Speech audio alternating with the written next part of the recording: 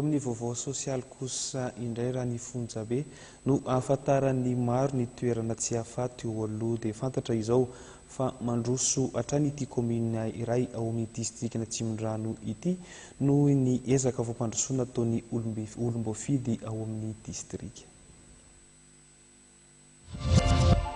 Ny komini Tsiafa no nampiatrano tamin'ny alahateo ny lanonana famaranana ny hetsika ara-panatanjahantena baolina kitra tournoi Bertin izay ny fanandrina ny FC Grenas ny Tam Ambohikely.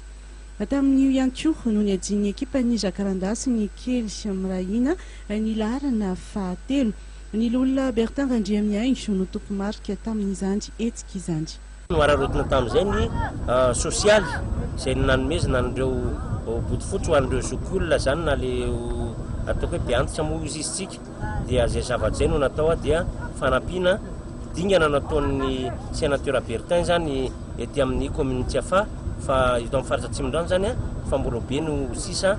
Miketsaka hatrany ampandrosoana ny fari-piadidiana ety Tsimondrano ny Lolona Bertin Randriamiaingo ka ankoatra ny fanohanana ny sehatra amin'ny fanatanjahantena dia mitondra ny anjara birikiny foana amin'ny fampandrosoana ratsy sosialy ny Lolona Bertin Randriamiaingo ka norarotsy ny fotoana io ny zarany indray botifotsy ho an'ireo zokiolona misy 10 ao amin'ny commune ny Tsiafa.